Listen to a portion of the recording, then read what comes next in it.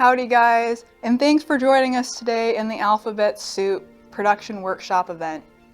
In today's series of workshop videos, we'll be going over a brief overview of how to create a short film using your mobile device, as well as how to register and submit your film onto Film Freeway.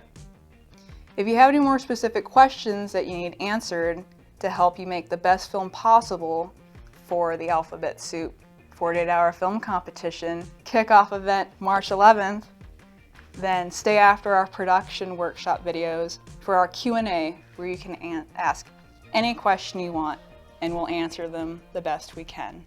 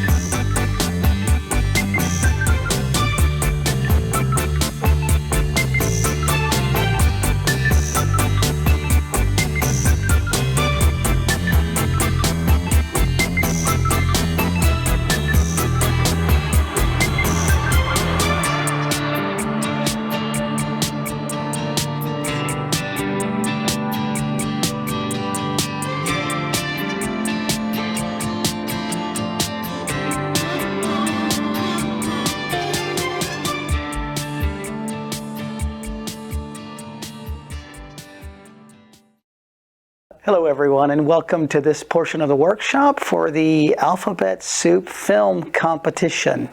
My name is Joe Chapa, and with me is my student Ephraim, who's going. Notice I skipped his last name because I totally will butcher it. But could you tell us your last name, please, sir? Ephraim Perez. Oh, thank you. And again, today I'm here to talk to you about how to work with actors on film. So there's a lot of things we're going to touch on. Ephraim here is going to perform a scene, and then I'm going to work with him, give him some adjustments. But I do want to talk about a couple of things before you actually work with the actors.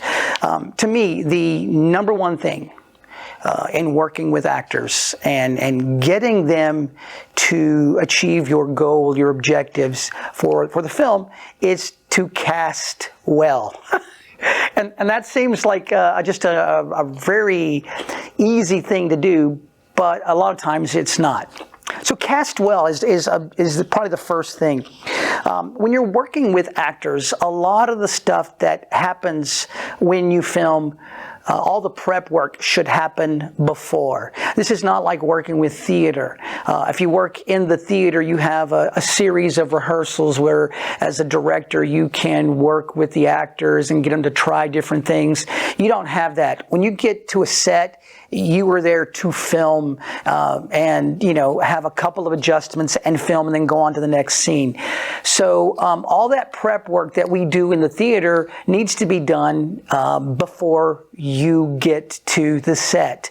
And the things that you're going to talk about is you talk about the vision for the scene, the characters' objectives, their emotional state. What is it that they want? These are all things that you should run through before you actually get to set.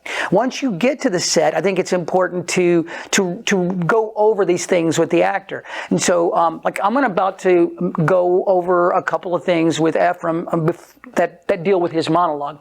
So Ephraim is doing a monologue today in which he's talking to his father. His father is an abusive man, and there's a scene before where his father literally beats him with a belt. He's all scarred and bruised. And in this particular moment, right before this happens, Ephraim, your father talks about how the father kind of has a moment of contrition where he's like, I'm sorry, you're a good kid. And to the father, that's kind of his way of saying he's sorry. And so Ephraim, in this scene, you hear basically, I'm sorry, and it sets you off. He puts his headsets on, the father does. Ephraim realizes that his father can't hear him, so he's kind of brave. He's brave, right? You're brave at this point, right? Because you know that if your father actually heard this, he'd probably beat the crap out of you, right? Yeah. All right, so in this monologue, what's going through your head? A lot of just anger towards how he treated me, and then the next week he just pretends like nothing even happened. Just some false words, to me at least. Okay, and so what do you think is a reason for you to say all this? Why are you saying all this to him?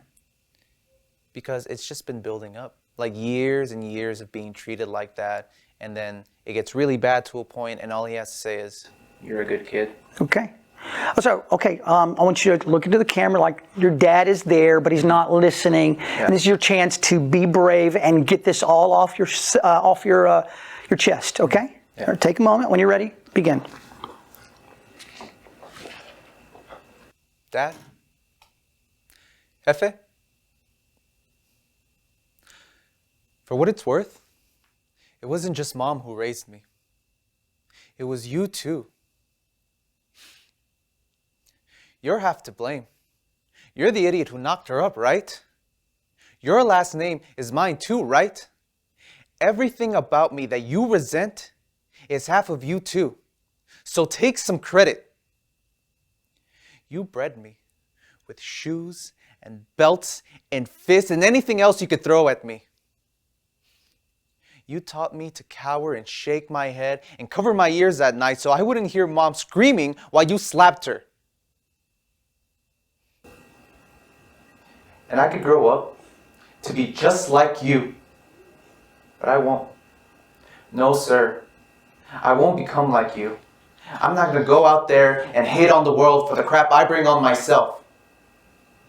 Put it piling on some real hurt for the people who care for me most.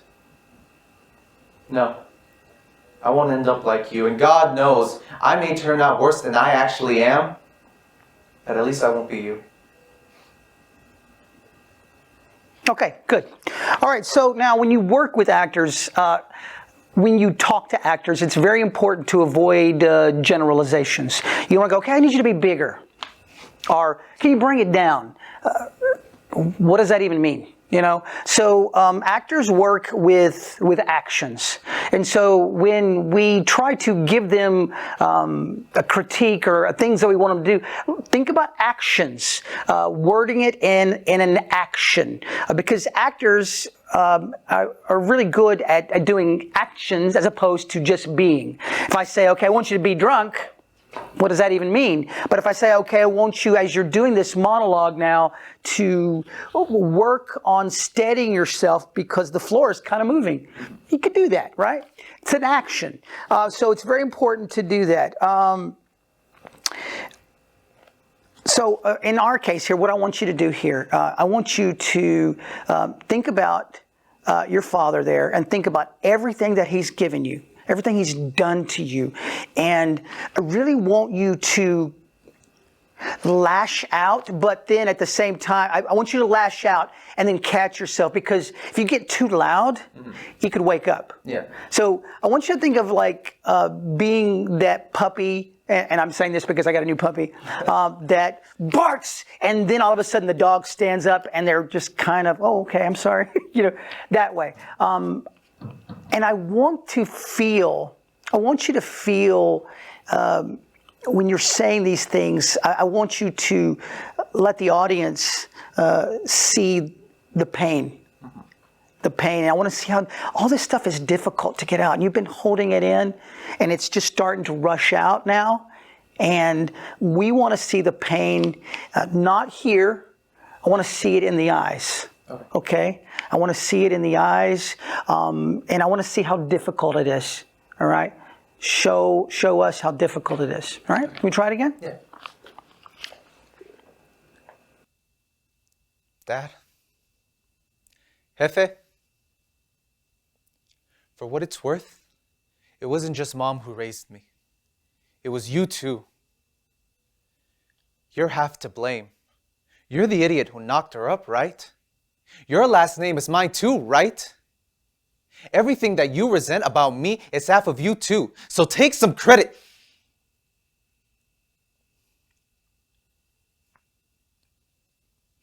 You bred me with belts and shoes and fists and whatever else you could throw at me. You taught me to cower and shake and cover my ears at night so I wouldn't hear Mom screaming while you slapped her. You taught me shame. But I won't become like you. No. I'm not gonna hate the world for the crap I bring on myself. I'm not gonna pile on hurt for the people who care for me most. No. I won't become like you, and I may turn out worse than I actually am. But at least I won't be like you.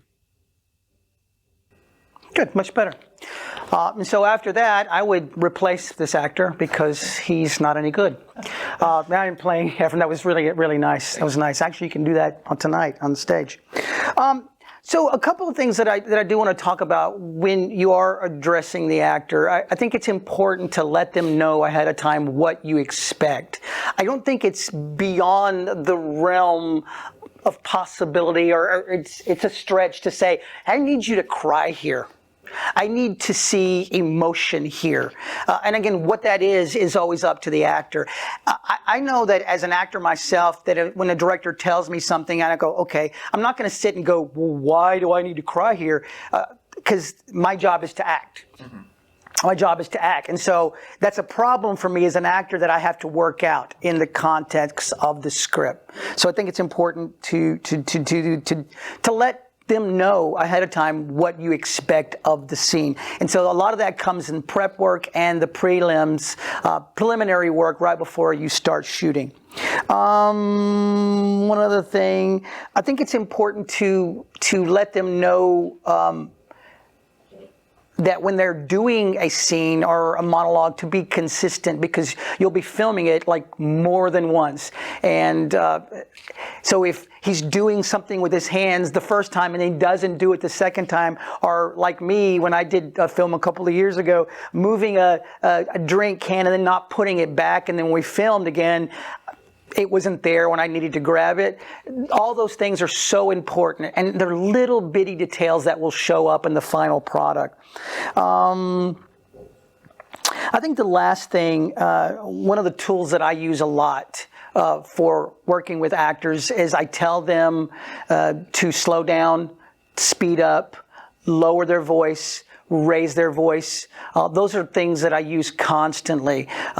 Something in film that's a lot different than in theater. In theater, we're taught to project. And so if you use theater people, they're going to be loud. They're going to blow away your mics. And that's something that you just need to tell them they don't have to scream. You don't have to project. Okay, because the mic is literally right here. So those are things that I would always share with them.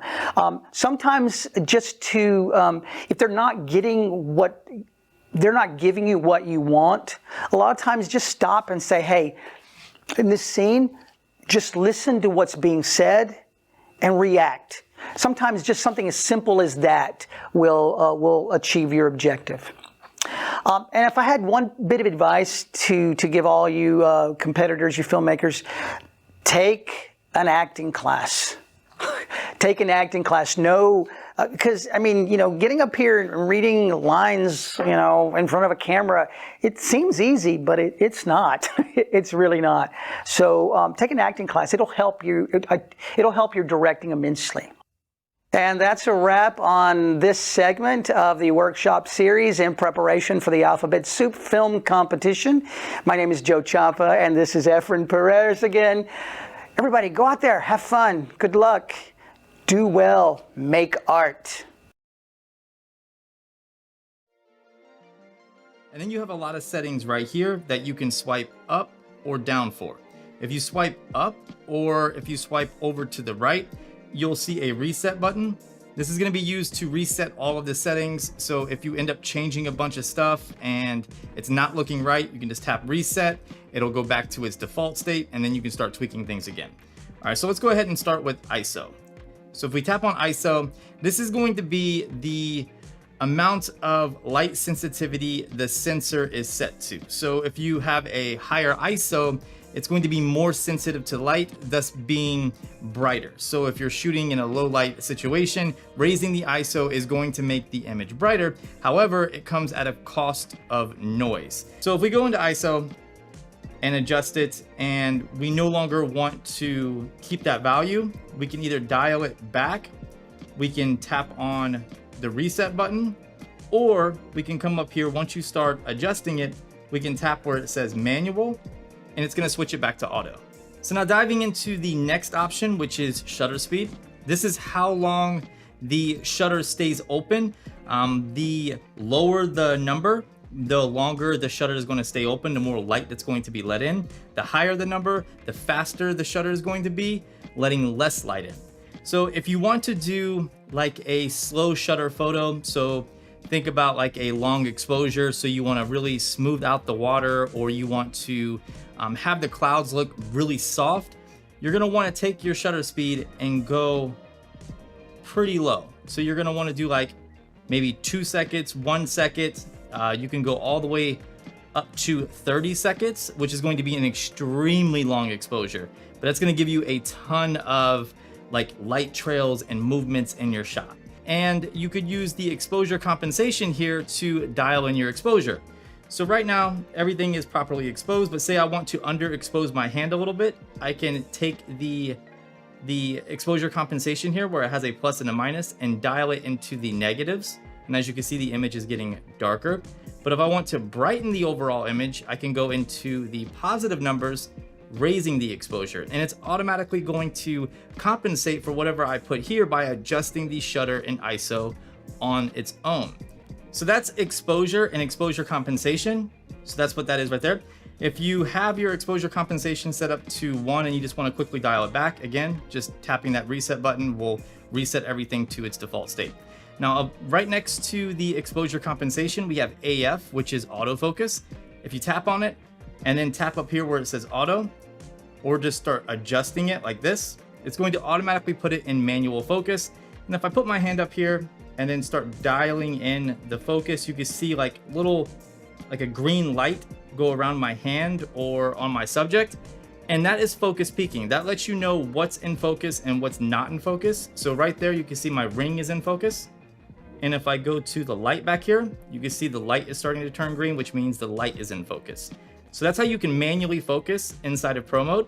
And then if you want to go back to autofocus, just tap up here where it says manual, and boom, now you're using the autofocus again. Right next to AF or focusing, we have WB, which is white balance. This is how you can adjust the colors in your shot. So if you notice that the colors are a little funky, you can just tap on WB and then manually adjust the white balance until you get it to where you want it to be. This is probably the #1 thing that you'll use inside of Pro Mode. Next to the white balance settings, we have some fine-tune controls for the image. So we have a contrast slider, so you can adjust the amount of contrast in the shot, which is basically how the highlights or bright portions of the image interact with the dark portions. Then we have highlights, so you can control kind of like the highlight roll off right here. We have shadows. You can boost the shadows, you can lower the shadows, you can really crush them if you want. You can adjust the saturation, which is going to be the overall colors in the scene. So if I bump up the saturation, you can see my hand is getting really red. and then going down is going to mute things and get rid of that color. Next to saturation, we have tint.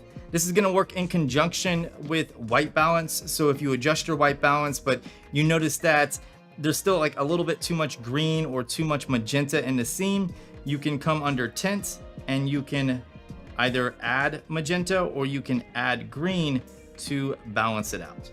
If we tap on that, we have 4x3, 16x9, 1x1, and full. Nothing new here. I kind of covered these inside of like the regular camera walkthrough. They're just also in pro mode.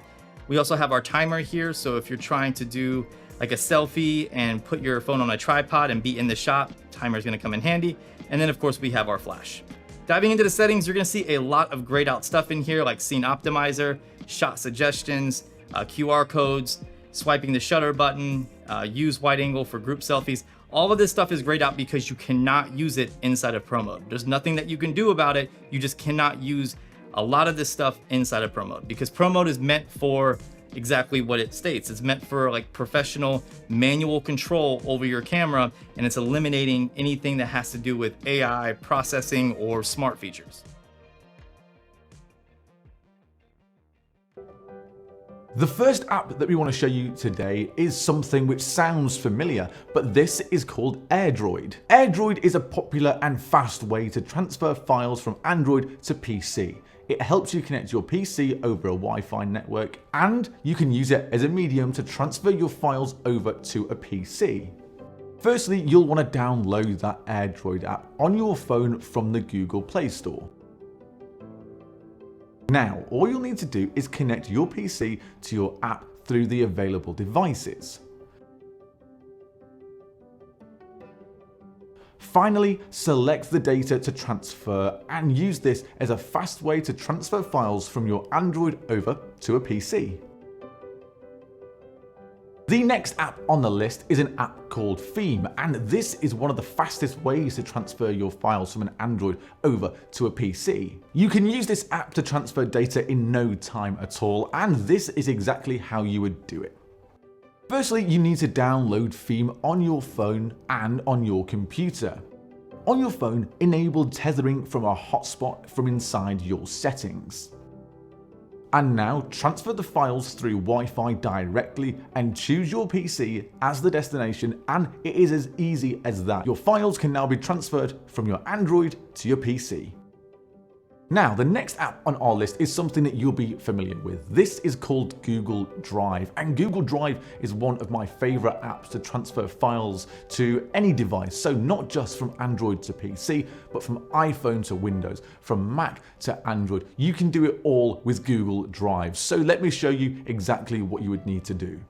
Firstly, download Google Drive on your phone, and you already might have this because most phones already have this app pre-installed. Now, go to the file transfer and share it on Google Drive. The next thing is to go to your PC and open Google Drive in the browser, or you can download the desktop app. Next is just to open it and access your data, and you can also manually download files from Google Drive itself. The next app on the list to help you transfer your data is an app called Dropbox, and this is quite similar to Google Drive. It's a cloud-based drive option that allows you to share files between different devices. So again, let me show you how you can do this because this is really simple. You'll need to go to your phone and download Dropbox from the Play Store and then create an account and sign in. Now, all you need to do is share files to Dropbox, and it is as simple as you can see on the screen. Once those files have been uploaded to Dropbox, on your PC, download Dropbox and sign in with the same account. Finally, all you need to do here is download your files to your PC, and that data has been transferred across.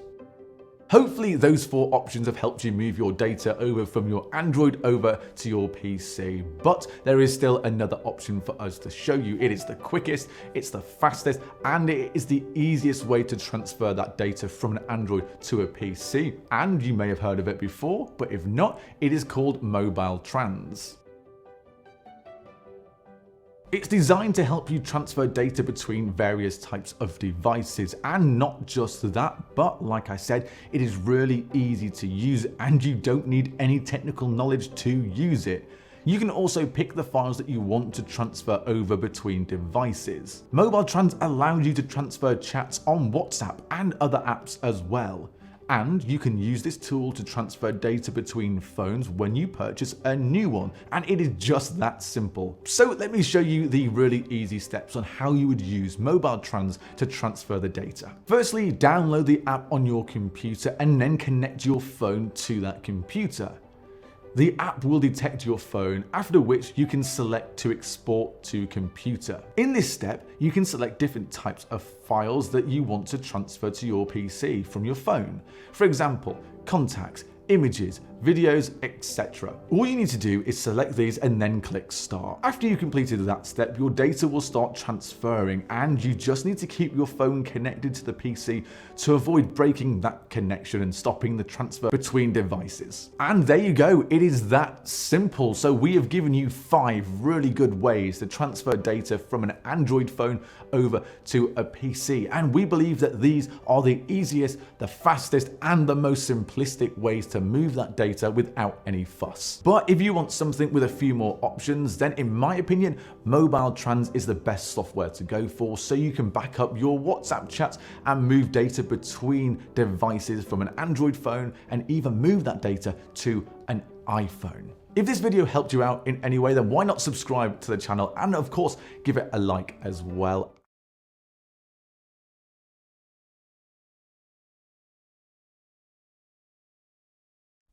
"It's a weary life, it is," she said, "doubly blank in a woman's lot. I wish, and I wish I were a man, or, better than any being, were not. Were nothing at all in all the world, not a body and not a soul, not so much as a grain of dust or a drop of water from pole to pole. Still the world would wag on the same, still the seasons go and come, blossoms bloom as in days of old, cherries ripen and wild bees hum. None would miss me in all the world, how much less would care or weep. I should be nothing, while all the rest would wake and weary and fall asleep."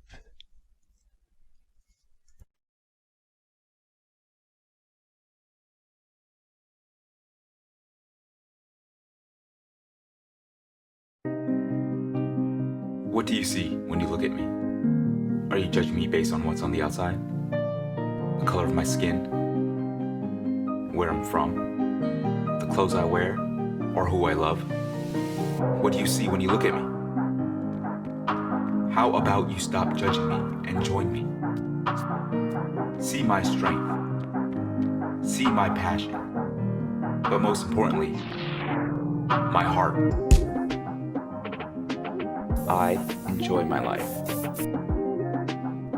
Beauty can be found everywhere. In my family. In my friends. In the music that touches my soul. I live my life how I want, and I keep moving forward.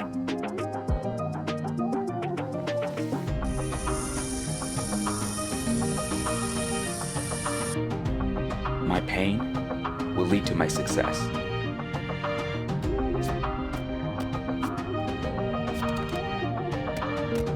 Because I am Unapologetically me.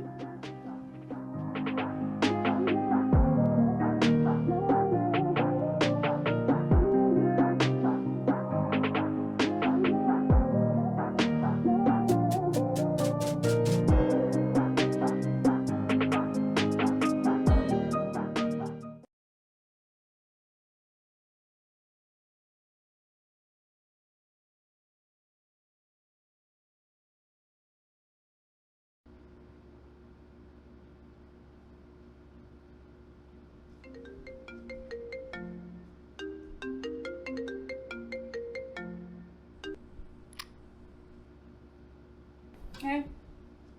How did it go? I didn't tell them. Drea. I know. Just be patient with me, please. I just think it's better if I tell them in person. And they're coming down for my birthday. Give me some time to mentally prepare.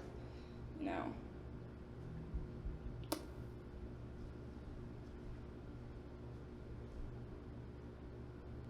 Is that okay?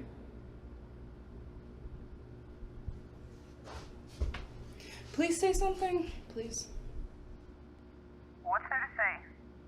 Sounds like you've made up your mind. Monica, I could lose my whole family, my friends, everyone, if they found out.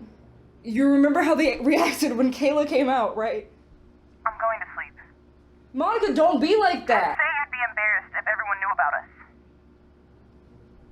Why would you go there? Keeping this inside is just gonna kill you. Okay.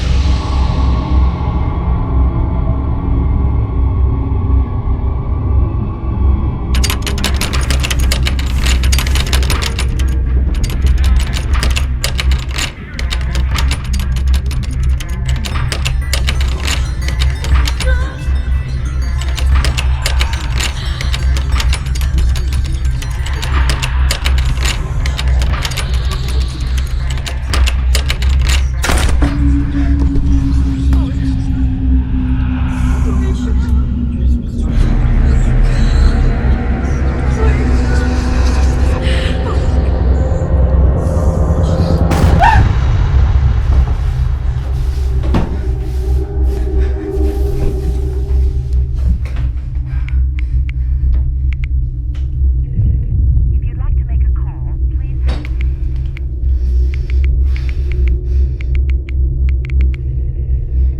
If you'd like to make a call.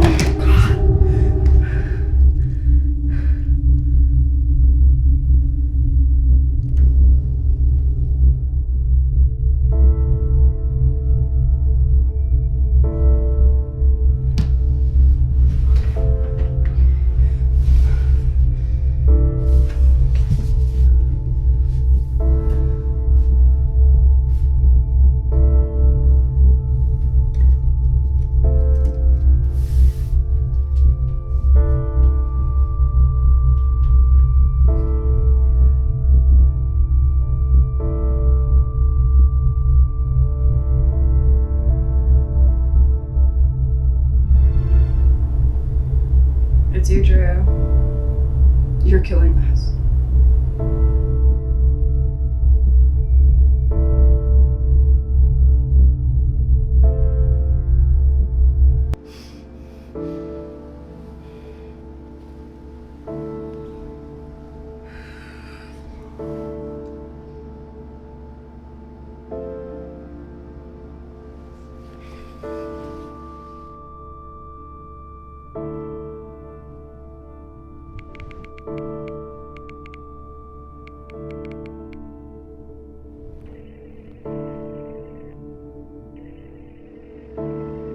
Hello?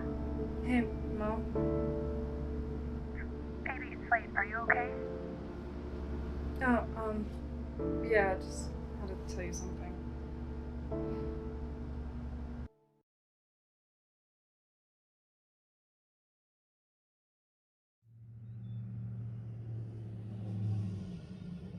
Life is weird. But in a funny way, and it's interesting. It comes in stages that can be almost impossible to distinguish at times and then brutally obvious in others. This weekend, I watched the next chapter in my grandma's life basically bulldoze over her. She's 85 years old and is moving to an assisted living center this week. As we packed and sorted through a life's worth of belongings, I couldn't help but be a little sad. and yet she seemed ready. I don't know, maybe even hopeful. Oh, is that what that is? Oh. August, I can see the... After living the last 14 years without my pawpaw, and the last year of COVID quarantining, unable to see or touch anyone she loves, I realized how much isolation she's leaving behind. Yeah, this is also his. You want one? You're kidding. No. You thought it'd be 180. Yeah, and when you with She's not very sentimental. I am. the rated edge. I'm a hoarder. With nothing in this house to comfort her but memories. This will be a new beginning, a new society of people for her to become a part of and not be alone.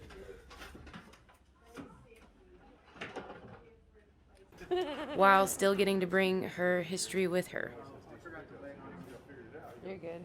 Still fill up and I leave and I get up there by the MD so I leave here now with less than a half a tank and I wait till I get to... You need iron board? Yeah. If you don't need one. What is it? It's Pawpaw? two pawpaw from Boston. Oh. I don't know. Is it open? No.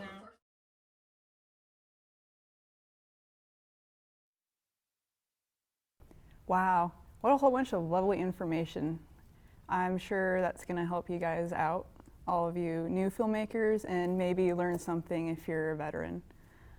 Now we'll go into our Q&A, which is lacking, but at any point you may ask a question. And we have a guest with us for this Q&A, lovely Sam Rankin. She is a DFW freelance cam op and drone operator and a UTA alum. Hi, Sam. Hi. So your film actually was the last one shown. Yep. Yeah, that was, it was a very lovely documentary. I remember the first time I watched it. Thanks. And helping your grandmother move and like trying to make this 48-hour film. I'm just curious, like how did you handle time management? Yeah, with this festival specifically, like time management is a big thing.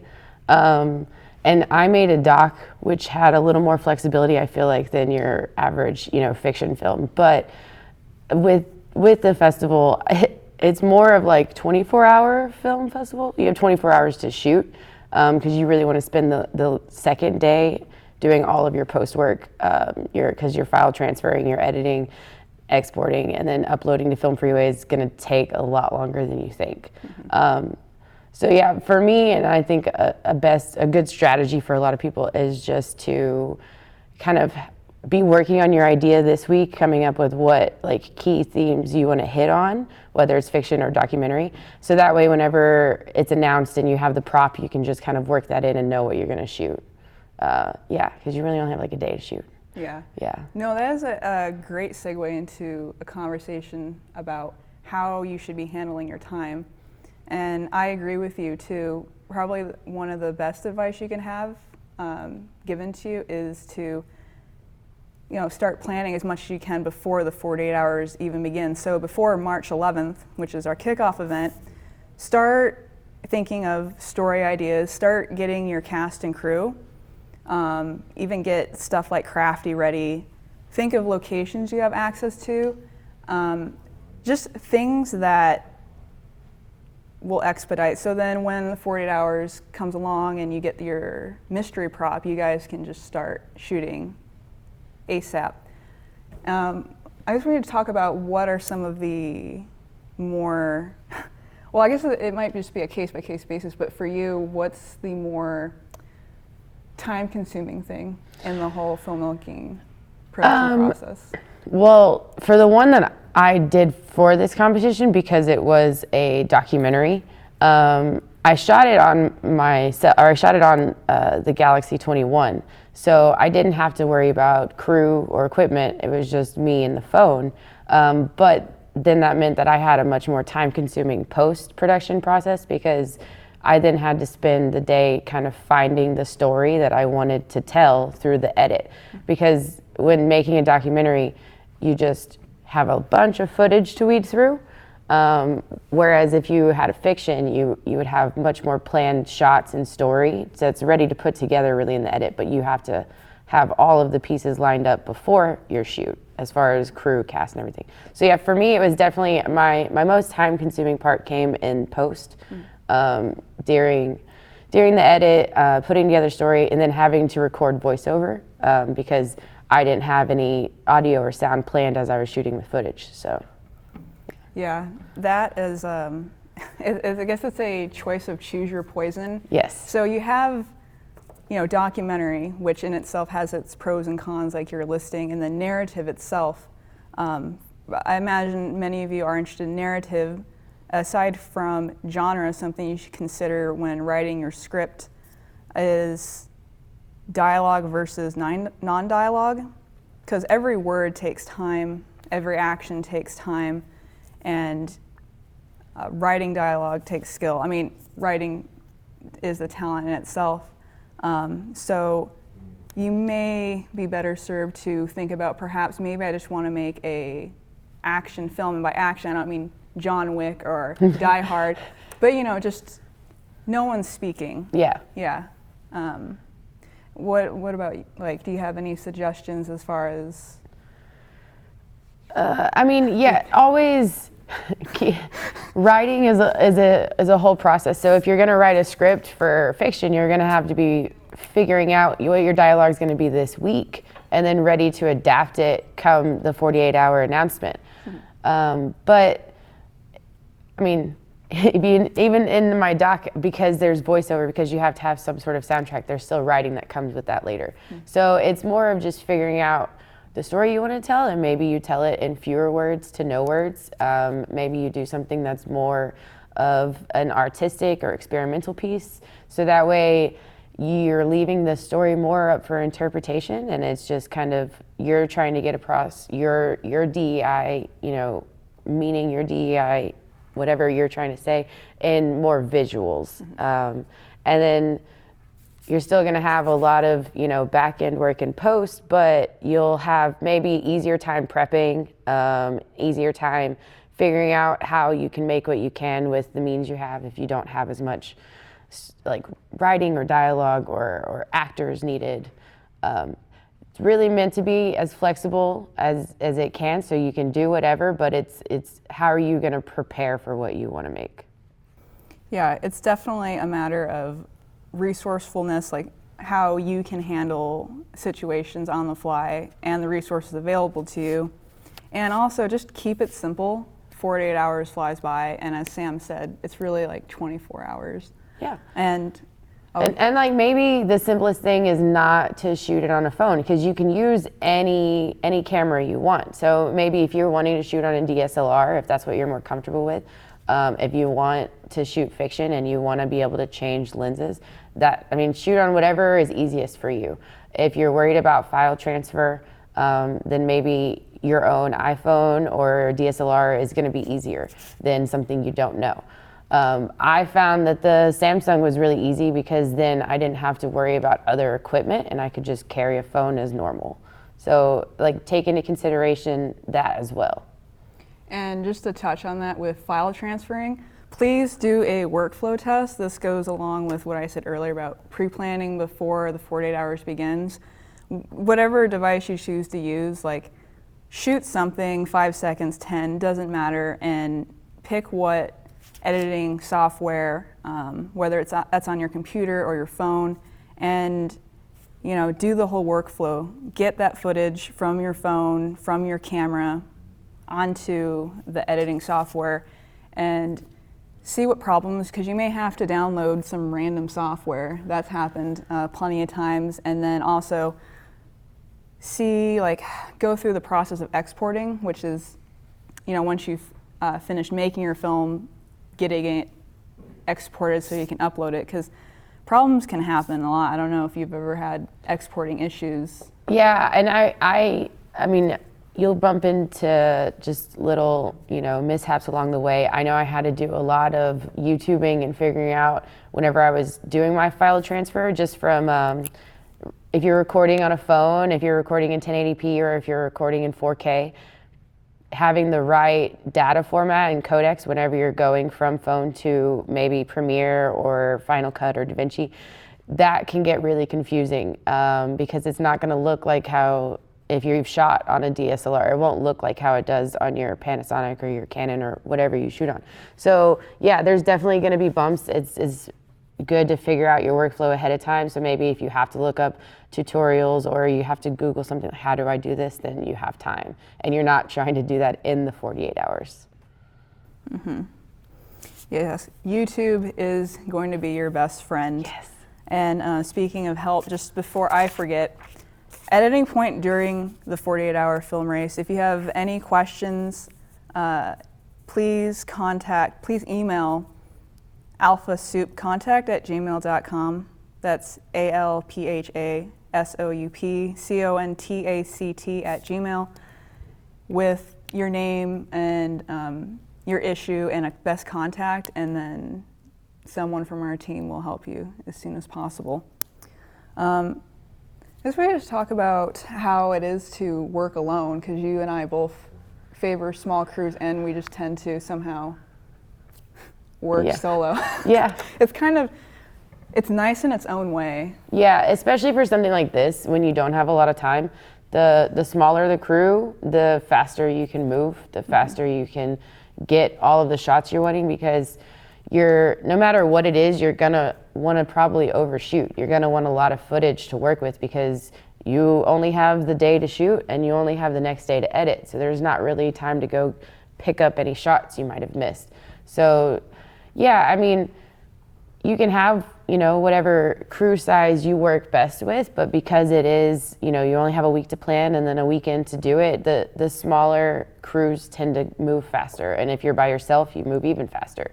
But then you also have maybe it's a problem you don't have any other input. So you might feel that you get snagged or you've run out of steam or inspiration, or you kind of lose track. At least if you have someone else there that can help give you more input. Yeah, for certain.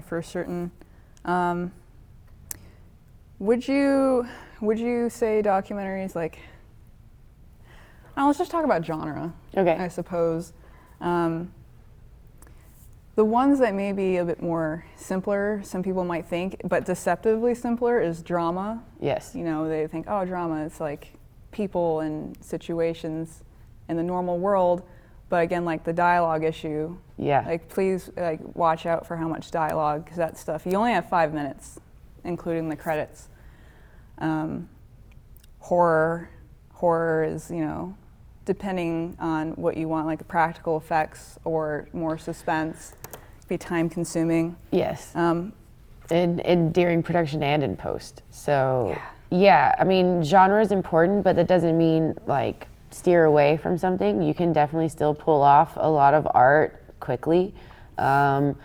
With different lighting, you can, make a room that is not really set decked as much as maybe you want, and you can just light it and show only what you want to show.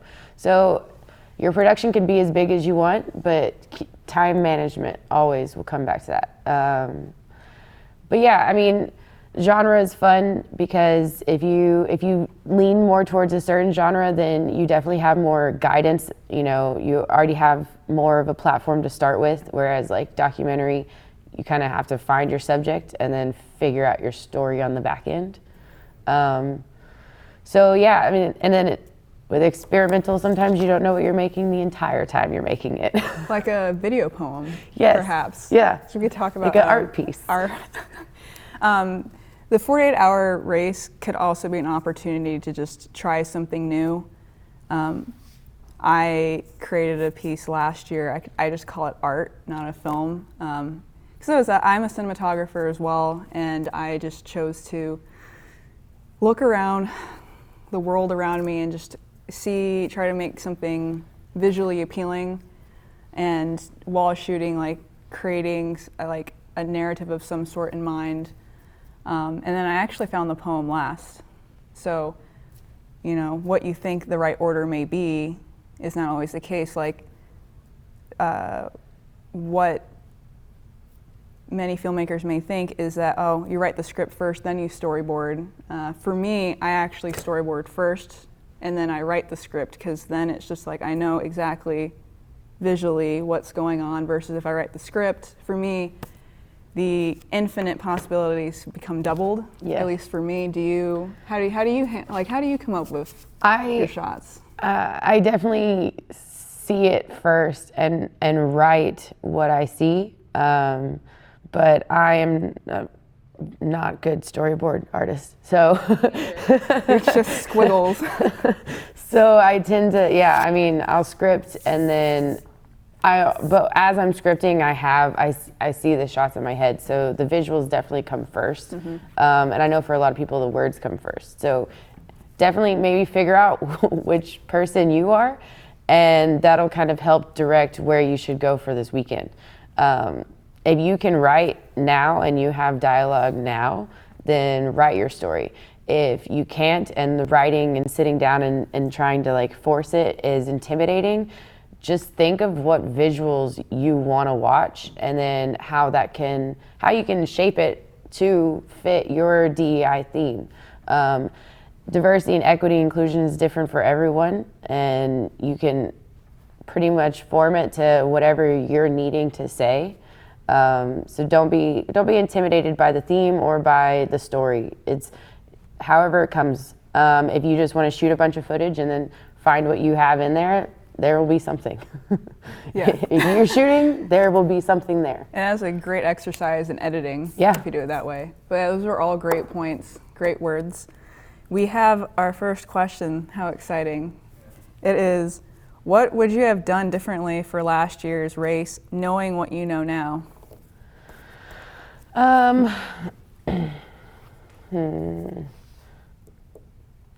a good one. That is a good one.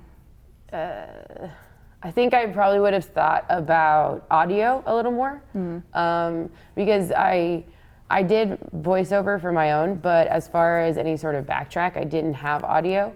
So I just went ahead and used camera sound, and then I had to really work on my mix then of what was too distracting and what wasn't.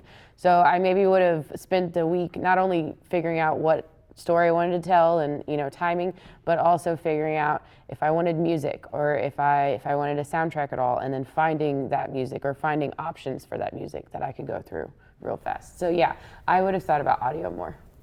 Yeah, I did think about audio, because that's the thing. If you have dialogue, you have to clean it and make it sound. You have to capture it well too, and then you have to edit it. So for my film, yeah, I was just like, no dialogue, music the whole time, a poem, perfect. So did you have the music before you shot?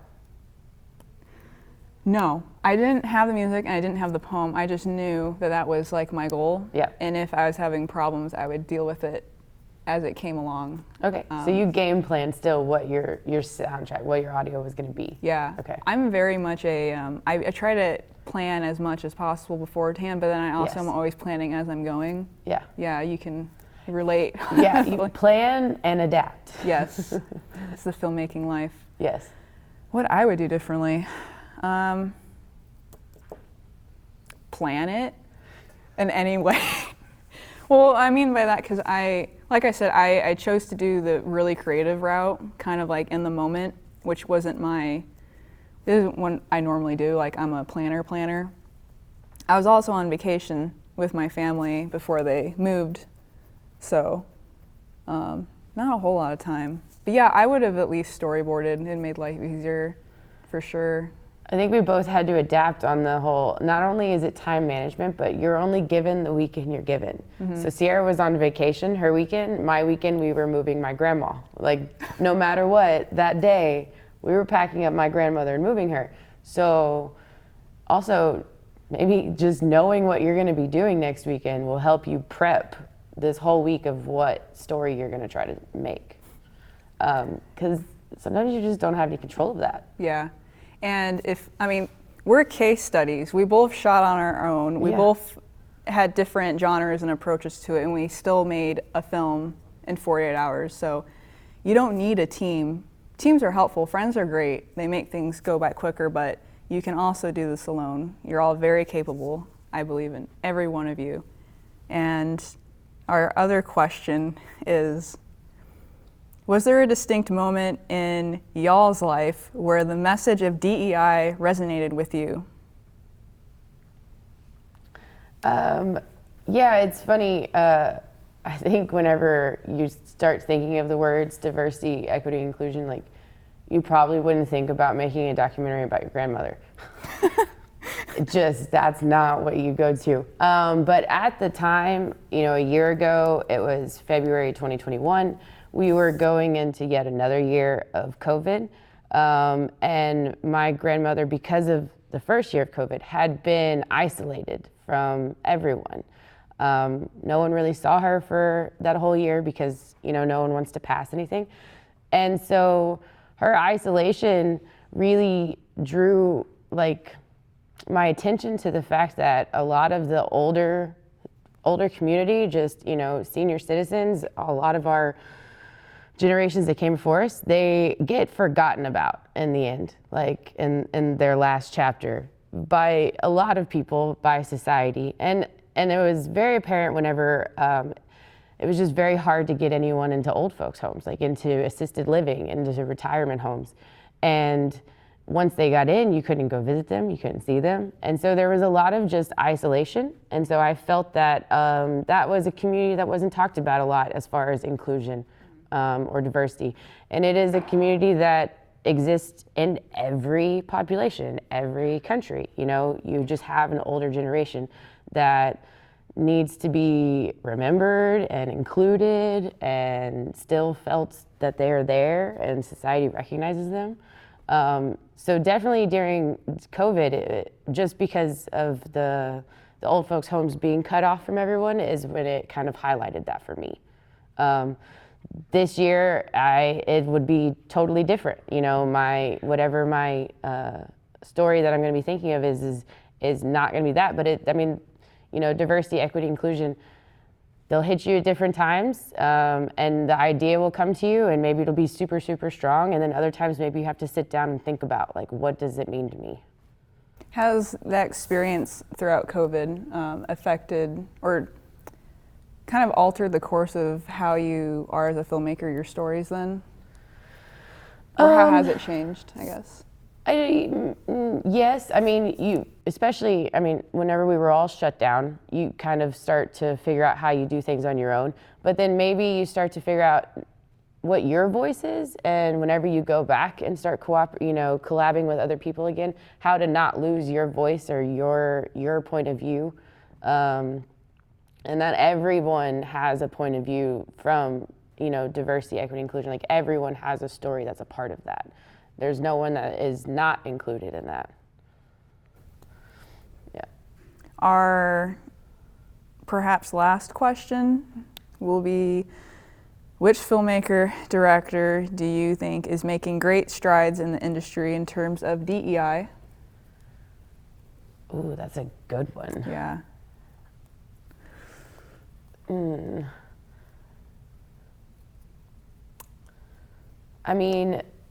Just immediately first thing I could think of just popped in my head was Lulu Wang, because and The Farewell was a couple years ago, but I think it was so impactful and transcending to the point that it was a very specific cultural movie that reached everyone. But also she's up and coming director. I think it was her debut director. And she really made her voice known through not just her script, but how she directed the film, and then how the film was received by audiences. There's a lot, but she's just one. There's so many right now that just telling your own specific story that may seem very niche to you is actually just broadening the horizons of everyone else that comes and sees it. Yeah. Is she dating Barry? Yes. As well, yeah, that's the one Barry Jenkins. Yeah, they're a power couple right there. They are. Well, thank you, Sam, for taking time out of your day to come join us in this Q&A, and thank you all for watching this in the future for when you need help. some guidance in making your 48-hour film. Our kickoff event is on March 11th at noon. On our social media, you will find links to the Film Freeway where you can register now or during the 48-hour race. I recommend doing it before because you may end up having some issues. It may be a little confusing. And again, during the 48 hours, if you have any questions, email your name, the issue, and your contact. If the issue is too many words, just give your phone number, and that's fine. And that's at alphasoupcontact@gmail.com. You can find that on all of our social medias. And I hope to see your guys' films and have fun, because filmmaking is a very fun process.